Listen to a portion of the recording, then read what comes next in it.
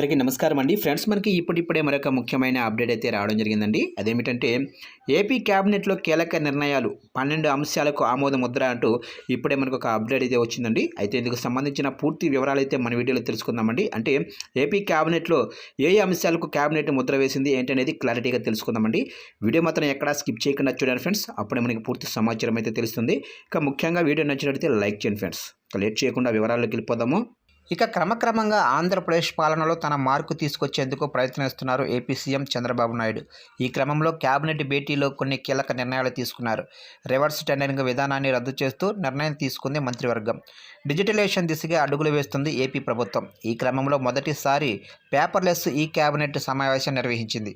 Agenda మొదలు notes వరకు అన్ని ఆన్లైన్లోనే మంత్రులకు అందజేశారు. కేబినెట్ భేటీలో పలు కీలక నిర్ణయాలు కూడా తీసుకున్నారు. ఆంధ్రప్రదేశ్ రాష్ట్ర సచివాలయం మొదటి బ్లాకు మంత్రివర్గ సమావేశ మందిరంలో బుధవారం రాష్ట్ర ముఖ్యమంత్రి నారా చంద్రబాబు నాయుడు అధ్యక్షతన తొలి ఈ కేబినెట్ జరిగింది. ఈ సందర్భంగా రాష్ట్ర మంత్రి మండలి సమావేశంలో తీసుకున్న నిర్ణయాలను వెలగపూడిలోనే రాష్ట్ర సచివాలయం 4వ భవనం ప్రచార విభాగంలో రాష్ట్ర సమాచార పౌర సంబంధాలు గృహ నిర్మాణ శాఖ మంత్రులు కొలుసు పార్థసారథి మీడియాకు వివరించారు. ఇక 2014-2019 మధ్య కాలంలో నిర్వహించిన కాగిత రహిత అంటే పేపర్లెస్ కేబినెట్ తరహా మరొక అధునాతన అప్లికేషన్ను వినియోగించి నేడు మొదటి ఈ కేబినెట్ సమావేశాన్ని నిర్వహించింది రాష్ట్ర ప్రభుత్వం. ఢిల్లీలోని నేషనల్ ఇన్ఫర్మేటిక్స్ సెంటర్ అధునాతన సాంకేతిక పరిజ్ఞానంతో రూపొందించిన బహుళ ఫీచర్లతో కూడిన సమగ్ర అప్లికేషన్ ఆధారంగా చేసుకుని రాష్ట్ర ప్రభుత్వం నేడు ఈ కేబినెట్ నిర్వహించింది. ఈ కేబినెట్ విధానంలో మంత్రివర్గం ఎజెండా, కేబినెట్ నోట్సు ఇలా అన్ని ఆన్లైన్లోనే అందుబాటులో ఉంటాయి. పేపర్లెస్ కాన్సెప్ట్తో ఈ కేబినెట్ నిర్వహణ అంటే కార్యాచరణ సామర్థ్యాన్ని మెరుగుపరుస్తుంది, వాస్తవికతకు అద్దం పడుతుంది. తద్వారా పర్యవేక్షణ సామర్థ్యం పెరగడంతో పాటు పర్యావరణానికి అనుకూలమైన విధానం. ఇక ఈ కేబినెట్ వల్ల ఉపయోగాలు: కేబినెట్ నిర్ణయాల అమలు తీరును మంత్రులు సమర్థవంతంగా పర్యవేక్షించే వీలు కలుగుతుంది. ఎక్కడైనా ఎప్పుడైనా సంబంధిత సమాచారం ఆన్లైన్లో యాక్సెస్ చేసేందుకు అనుకూలంగా ఉంటుంది. సమాచారం గోప్యంగా ఉంచేందుకు వీలుంటుంది. కేబినెట్ నిర్ణయాలు అమలు స్థితిని ఎప్పటికప్పుడు సమర్థవంతంగా పర్యవేక్షించటం, అంచనా వేసేందుకు అనుకూలంగా ఉంటుంది. సమగ్ర డేటా విశ్లేషణ, రిపోర్టింగ్ సామర్థ్యం, అనధికార యాక్సెస్ను నిరోధించి సమాచారాన్ని భద్రపరిచేందుకు అవకాశం ఉంది. అవసరమైతే వర్చువల్ కేబినెట్ సమావేశాన్ని ఈ ఆఫీస్తో అనుసంధానం చేయటం, ఆర్టిఫిషియల్ ఇంటెలిజెన్స్ ఉపయోగించడం వంటి అదనపు లక్షణాలను కలిగి ఉంది. రాష్ట్రంలో జనావాస ప్రాంతాల్లో 14,000 సీసీ కెమెరాలు ఉన్నాయని, అలాగే ప్రైవేటు యాజమాన్యంలో ప్రైవేటు స్థలాలు మరియు భవనాల దగ్గర సీసీటీవీలు అనుసంధానం చేయడం ద్వారా శాంతి భద్రతల పర్యవేక్షణకు ఉపకరిస్తుంది. కనుక దీనిపై ఒక ప్రణాళికబద్ధమైన చర్యలు చేపట్టాలని కేబినెట్కు ముఖ్యమంత్రి సూచించారు. రియల్ టైమ్ గవర్నెన్స్కు సాంకేతికతను జోడిస్తూ incident monitoring system, alert management system ద్వారా రాష్ట్రంలో జరిగే సంఘటనలు ఎప్పటికప్పుడు ప్రత్యక్ష పర్యవేక్షణ చేసి తగు చర్యలు చేపట్టేందుకు వీలుంటుందని అన్నారు. డ్రోన్ల వినియోగం ద్వారా కూడా రోడ్లపై గుంతలు గుర్తించటం, దోమల నియంత్రణ, అంటువ్యాధులు అరికట్టడం, తక్కువ ఖర్చుతో వ్యవసాయంలో మందుల పిచికారీ చేసేందుకు దోహదపడుతుందన్నారు. ఇక కేబినెట్ అజెండాలోనే 12 అంశాలు ఇవే. 1. Municipal admission, urban development.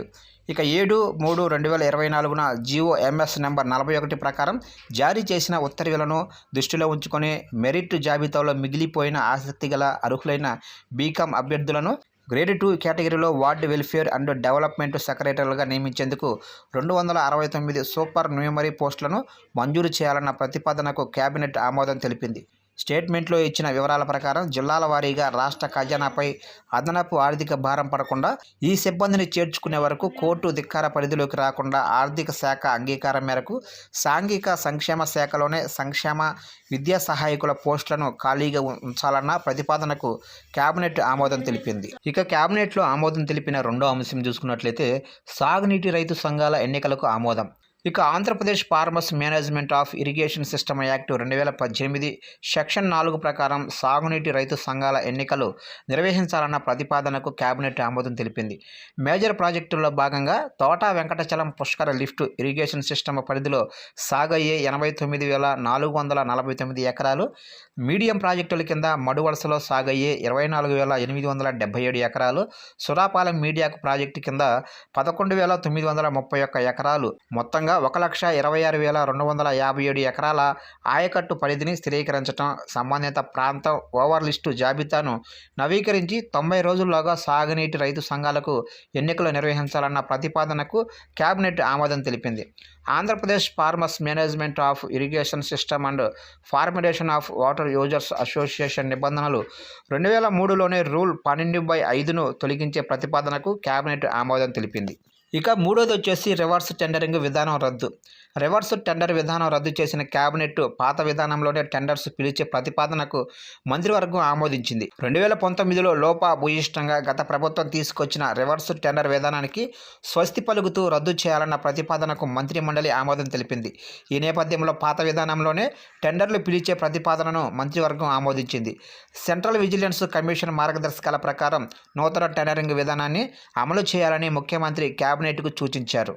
ఇక GOMS నెంబర్ 67 వాటర్ రిపోర్ట్స్ తేదీ 16/8/2019 ప్రకారం రివర్స్ టెండరింగ్ ప్రక్రియకు సంబంధించి జారీ చేసిన ఉత్తర్వులను రద్దు చేయడంతో పాటు అన్ని ప్రభుత్వ శాఖలు, కార్పొరేషన్లలోనే పనులను పిలవటం, ఖరారు చేయటం, అప్పగించటం వంటి వాటిలో రివర్స్ టెండరింగ్కు బదులుగా సాంప్రదాయ టెండర్ ప్రక్రియను అమలు చేయడానికి చేసిన ప్రతిపాదనకు మంత్రిమండలి ఆమోదం తెలిపింది. ఇక పోలవరం ఎడమ కాలువ పనుల పునరుద్ధరణకు కేబినెట్ ఆమోదం. ప్రస్తుత పనులు చేపడుతున్న కాంట్రాక్టు సంస్థలతోనే పనులు కొనసాగించేందుకు కేబినెట్ అంగీకారం తెలిపింది. ప్రస్తుతం ఉన్న ఏజెన్సీలు తమ అగ్రిమెంట్ల రేట్లు, ఒప్పందాల ప్రకారం పనులు కొనసాగిస్తూ 6,000 క్యూసెక్కుల సామర్థ్యం ఉన్న పోలవరం ఎడమ ప్రధాన కాలువ పనులను పూర్తి చేసేందుకు తయారు చేసిన సమగ్ర ప్రణాళికకు మంత్రిమండలి ఆమోదం తెలిపింది. ఎడమ కాలువకు పనులకు సంబంధించిన ప్రీ కోల్జ్ ప్యాకేజీలలో మిగిలిన బ్యాలెన్స్ పనుల నుండి అవసరమైన క్లిష్టమైన పనులను 1,226.68 కోట్ల అంచనా వ్యయంతో SOR 2024-25లో LS విధానంలో టెండర్లు పిలిచేందుకు కేబినెట్ ఆమోదం తెలిపింది. వర్షాలు బాగా కురుస్తున్నందున ప్రస్తుతం సీజన్లో అన్ని రిజర్వేయర్లు, చెరువులు నిండే విధంగా ప్రణాళికబద్ధమైన చర్యలు తీసుకోవాలని ఇరిగేషన్ శాఖకు ముఖ్యమంత్రి నిర్దేశించారు. అలాగే విశాఖపట్నం ప్రజలకు తాగునీరు, పరిశ్రమలకు అవసరమైన నీరు అందించేందుకు అవకాశం కలుగుతుంది. విశాఖపట్నానికి మొదట లిఫ్ట్ విధానంలో నీరు అందిస్తాము. పోలవరం పూర్తయిన తర్వాత గ్రావిటీ ద్వారా పూర్తి స్థాయిలో నీటిని అందిస్తాము. గత ప్రభుత్వ నిర్లక్ష్యంతో సాగునీటి ప్రాజెక్టులు నిర్వీర్యమైపోయాయి. తుంగభద్ర గేటు కొట్టుకుపోయింది. ముఖ్యమంత్రి నారా చంద్రబాబు నాయుడు సమయస్ఫూర్తితో, కర్ణాటక ప్రభుత్వం సమన్వయంతో 3 రోజుల్లోనే సమస్యను పరిష్కరించాము. ఇందుకు గాను సీఎం చొరవకు కేబినెట్ ప్రత్యేక అభినందనలు తెలిపింది. ఈ నేపథ్యంలో రాష్ట్ర వ్యాప్తంగా అన్ని ప్రాజెక్టులను సమగ్రంగా పరిశీలించి అవసరమైన మేరకు మరమ్మతులు చేపట్టాలని మంత్రి మండలి నిర్ణయించింది. ఇక ఐదోది వచ్చేసి 73 ఏళ్ల జీవిత ఖైదు విడుదల ప్రతిపాదన. తేదీ 16/8/2021 ఆంధ్రప్రదేశ్ హైకోర్టు ఉత్తర్వుల మేరకు GOMS నెంబర్ 91 హోమ్ డిపార్ట్మెంట్ ఉత్తర్వుల ప్రకారం అనంతపురంలోని వ్యవసాయ కాలనీలోనే జైల్లో జీవిత ఖైదీ అనుభవిస్తున్న ఖైదీ నెంబర్ 4461 73 ఏళ్ల కొండూరు రామచంద్రారెడ్డి ముందస్తు విడుదలకు ప్రత్యేక రిమిషన్ మంజూరు కోసం చేసిన ప్రతిపాదనకు మంత్రిమండలి ఆమోదం తెలిపింది. తద్వారా బాహ్య ప్రపంచానికి, జైల్లో గడిపిన రోజులకు మధ్య అంతరం తెలుసుకొని సమాజంలో కలిసిపోయే తత్వం పెరుగుతున్న భావనను మంత్రివర్గం అభిప్రాయపడింది. ఇక ఆరో పాయింట్ వచ్చేసి ఎక్సైజ్ శాఖ పునర్వ్యవస్థీకరణ. ఎక్సైజ్ శాఖ పునర్వ్యవస్థీకరణకు కేబినెట్ ఆమోద ముద్ర వేసింది. స్పెషల్ ఎన్ఫోర్స్మెంట్ బ్యూరో రద్దు చేస్తూ తీర్మానించింది.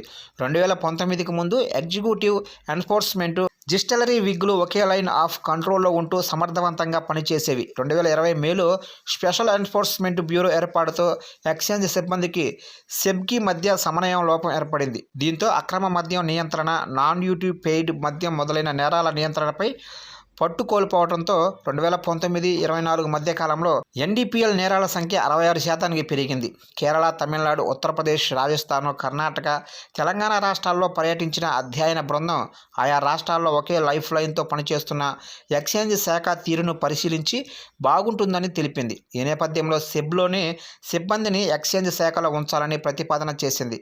గత ప్రభుత్వం సెబ్ని ఆదాయం పెంచుకునేందుకు వినియోగించుకోలేదని కేబినెట్ అభిప్రాయపడింది. సరైన నియంత్రణ లేని కారణంగా రాష్ట్రానికి తీవ్ర నష్టం వాటిల్లినట్లు కేబినెట్ పేర్కొంది. అలాగే ప్రజల ఆరోగ్యాలు కూడా దెబ్బతిన్నాయని మంత్రివర్గం అభిప్రాయపడింది. ఈ నేపథ్యంలో నూతన ఎక్సైజ్ పాలసీ తీసుకురావాలని మంత్రివర్గానికి సీఎం సూచించారు. ఇక 7వ అంశం వచ్చేసి పట్టాదారు పాసు పుస్తకాలపై మార్పులు చేర్పులు. పట్టాదారు పాసు పుస్తకాలపై జగన్ పేరు, బొమ్మలు, రాజకీయ పార్టీల లోగో తొలగించేందుకు కేబినెట్ ఆమోదం తెలిపింది. 21.86 లక్షల పట్టాదారు పాసు పుస్తకాలపై కొత్తగా రాజముద్ర ముద్రించి ఇవ్వటానికి కేబినెట్ ఆమోద ముద్ర వేసింది. 77 లక్షల సర్వేరాళ్లపై మాజీ సీఎం జగన్ బొమ్మను తొలగించి వాటిని వినియోగించుకునేందుకు కేబినెట్ ఆమోదం తెలిపింది. 22A ఫ్రీ హోల్డ్ భూములు వివాదంపై రెవెన్యూ సదస్సుల నిర్వహణకు మంత్రిమండలి ఆమోదించింది. వివాదాల్లో ఉన్న భూముల రిజిస్ట్రేషన్ నిలిపివేతకు కేబినెట్ గ్రీన్ సిగ్నల్ ఇచ్చింది. అలాగే ప్రస్తుతం ఫైళ్ల దగ్నం ఘటనను కూడా దృష్టిలో ఉంచుకొని 29 లక్షల ఫ్రీ హోల్డ్ ల్యాండ్స్పై విచారణ చేపట్టి వీటిలో 16.66 లక్షల ఎకరాలు అన్యాక్రాంతం అయినట్లు విచారణలో తెలిపింది. అలాగే ఫ్రీ హోల్డ్లో ఉన్న 25,230 ఎకరాలు రిజిస్ట్రేషన్ జరిగినట్లు రెవెన్యూ శాఖ గుర్తించింది. ఈ నేపథ్యంలో అన్యాక్రాంతమైన భూములపై గ్రామ సభల్లో చర్చించి అవి ఎలా అన్యాక్రాంతమయ్యాయో తెలుసుకునేందుకు ఫోరెన్సిక్ ఆడిట్ కూడా నిర్వహించాలని ముఖ్యమంత్రి చంద్రబాబు సూచించారు. భవిష్యత్తులో భూముల రికార్డులు తారుమారు కాకుండా మరింత పటిష్టమైన చర్యలు తీసుకోవాలని సీఎం కేబినెట్కు సూచించారు. ఇక 8వ అంశం వచ్చేసి కేబినెట్లో కొత్తగా రేషన్ దుకాణాల ఏర్పాటు. కొత్తగా 2,774 రేషన్ దుకాణాల ఏర్పాటుకు కేబినెట్ నిర్ణయం తీసుకుంది. కొత్తగా ఏర్పాటు చేసిన రేషన్ షాపుల్లో ఈ పాస్ మిషన్ల కొనుగోలుకు సంబంధించి 11.51 నిధుల విడుదల చేస్తూ కేబినెట్ నిర్ణయం తీసుకుంది. ఇక కేబినెట్లో ఆమోదించిన 9వ అంశం చూసుకున్నట్లయితే సాధారణ పరిపాలనా శాఖ. వివిధ శాఖల్లో మంత్రుల పేచీల్లో పనిచేసే వ్యక్తిగత సిబ్బంది పిఏల జీతం 18,000 నుంచి 36,000కు, పిఎస్ల జీతం 50,000కు పెంచాలని చేసిన ప్రతిపాదనకు కేబినెట్ ఆమోదం తెలిపింది.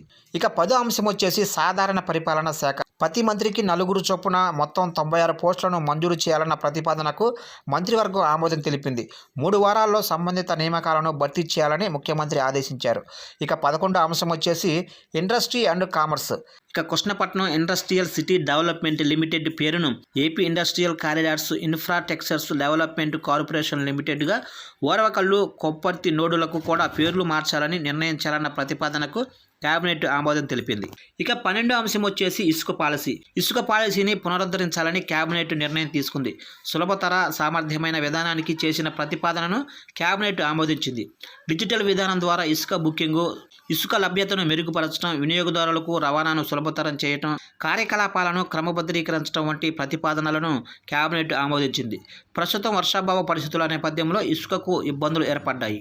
విజన్ డాక్యుమెంట్ రూపకల్పనలో ప్రతి ఒక్కరూ భాగస్వామ్యాలను చేయాలని, వారి సలహాలు, సూచనలు ప్రతిబింబించే విధంగా ప్రతి మంత్రివర్గం అభివృద్ధి చెందేలా విజన్ డాక్యుమెంట్కు రూపకల్పన చేయాలని కేబినెట్కు ముఖ్యమంత్రి సూచించారు. దీనికోసం గ్రామ సభలు నిర్వహించి ప్రజల ఆంక్షలు, అవసరాలు, ఆలోచనలు తెలుసుకోవాలని ముఖ్యమంత్రి కేబినెట్ను ఆదేశించినట్లు మంత్రి పార్థసారథి వెల్లడించారు.